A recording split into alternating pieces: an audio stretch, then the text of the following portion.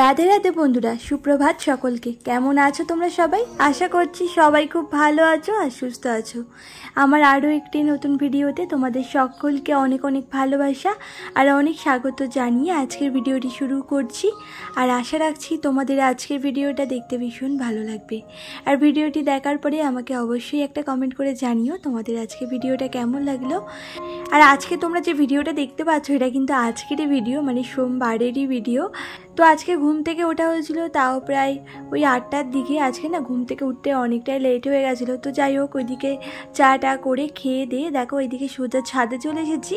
গতকালকের কিছু জামা কাপড় ছিল, আর গতকালকের শুধু নয়, মানে তারও আগের দিনেরও রয়েছে। যেহেতু 2 দিন ধরে না আমাদের এখানে প্রচণ্ড পরিমাণে বৃষ্টি হচ্ছিল, আর সে কারণে জামা কাপড় কাচতে পারিনি।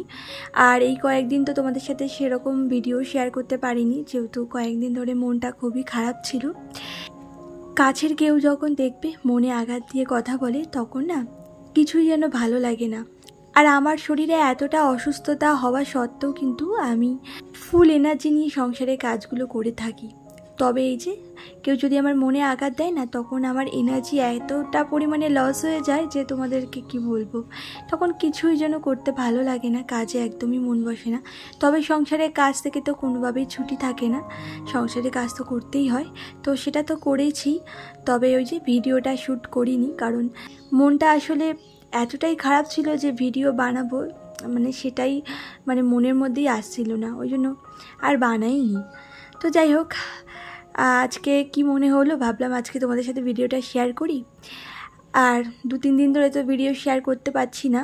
আর বেশি দিন না ভিডিও না শেয়ার করলে আস্তে আস্তে ইউটিউব না রিচটা একদমই কমিয়ে দেবে। এমনি তো কয়েকদিন ধরে আমার সেরকম একটা ভিউজ হচ্ছিল না। আর অনেক চেষ্টা করছি জানো তো ইউটিউবে সফল হওয়ার জন্য। আর ইউটিউবে সফল হলে না আমার অনেক বড় একটা ইচ্ছে আছে আমার মা বাবার পাশে দাঁড়ানোর। ওদেরকে যদি কোনোভাবে একটুও যদি সাহায্য করতে পারি না, এটাই আমার কাছে অনেক হবে। সংসার পেলে, বাচ্চা পেলে, চাকরি করার মতো কিন্তু সেই নেই আমার মধ্যে। এই বাড়ির কেউ সেটা পছন্দও করে না। আর তার উপরে তো ভালো পড়াশোনায় নই যে ভালো চাকরি বাকরি করবো বা কিছু। আর ইউটিউব কিন্তু আমাদের বাড়ির বউদের জন্য অনেকটাই ভালো সুযোগ এনে দিয়েছে। ইউটিউব থেকে কিন্তু বাড়ি বসেও টাকা পয়সা উপার্জন করা যায়। তবে তার জন্য প্রচণ্ড পরিমাণে ধৈর্য লাগে আর সাথে লাগে চেষ্টা। আর সে দুটোই কিন্তু আমার মধ্যে আছে। আমি কিন্তু অনেক ধৈর্য নিয়ে আর অনেক চেষ্টাও করছি ইউটিউবে সফল হওয়ার জন্য। জানি না কবে হতে পারবো, তবে তোমাদের সকলের যদি ভালোবাসা থাকে অবশ্যই একদিন সফল হতে পারবো, এটা আমার বিশ্বাস। আর এই বিশ্বাস নিয়েই কিন্তু কাজ করে চলেছি। তো দেখা যাক কি হয়। তো যাই হোক, তোমাদের সাথে কথা বলতে বলতে এদিকে দেখো জামা কাপড় কাচতেও চলে এসেছি। আর এই জামা কাপড় কাচতে কাচতে দেখেছো আমি একদম পুরো ভিজে গেছি জানো না।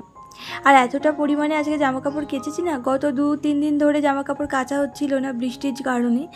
আর দেখো কত জামা কাপড় জমে গেছে। এই 2টো দড়ি দেখছো, এই 2টো দড়ি কিন্তু পুরো ভরে গেছে। এগুলো সব আমি মেলেছি, আর কিছুটা পাঁচিলের উপরেও দিয়েছিলাম। আলপনা চক্রবর্তী থেকে বলেছিলে খুব সুন্দর ভিডিও, আর সুস্মিতা দাস থেকে দিদিভাই বলেছিলে চলে আসলাম ভিডিও দেখতে।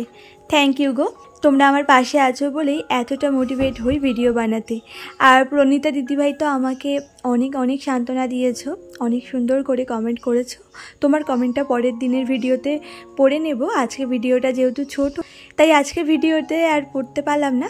তো যাই হোক, এইদিকে নিচে এসে দেখো এখন মামামকে না রেডি করিয়ে দিয়েছি। এখন ওর স্কুলে যাওয়ার টাইমও হয়ে গেছে। এর আগে তো ওকে খাইয়েছিলাম, তো খাইয়ে দাইয়ে ওকে জামা কাপড় পরিয়ে রেডি করিয়ে দেখো পাঠিয়ে দিলাম। আমি দিয়ে এলাম না, আজকে ওর পাপাই ওকে দিয়ে এলো। তো যাই হোক, এদিকে দেখো আমি তো একটু আগে রান্নাঘরে গেছিলাম, রান্নাঘরের কিছু টুকটাক কাজ কমপ্লিট করতে। তার মধ্যে দেখো আমার এই জবা গাছটা থেকে কে যেন একটা ডাল ভেঙে নিয়ে চলে গেছে। আর এমনভাবে ডালটা ভেঙেছে, দেখেছো গাছটার কি অবস্থা করেছে। এরকমভাবে কেউ ডাল ভাঙে বলো? আমার কাছে যদি চাইতো আমি তো একটা ডাল কেটে দিতামই, একটা ছুরি টুরি কিছু দিয়ে বা দা দিয়ে ডালটা কেটে দিলে ডালটা তো এরকম ক্ষতি হতো না। এমনভাবে ডালটাকে ছিঁড়েছে, মানে আন্তাবড়িভাবে পুরো, দেখেছো কি অবস্থা হয়েছে। জানি না গাছটা বাঁচবে কি না, ওই ডালটা মানে ওই ডালটা গ্রো করবে কি না কে জানে। ওই ডালটার মধ্যে প্রচুর কুড়ি ছিল, এরপরে কুড়ি সেরকম হবে কি না। ডালটা তো একদম কমজোরি হয়ে গেল। মনটা এতটা খারাপ লাগছিল না।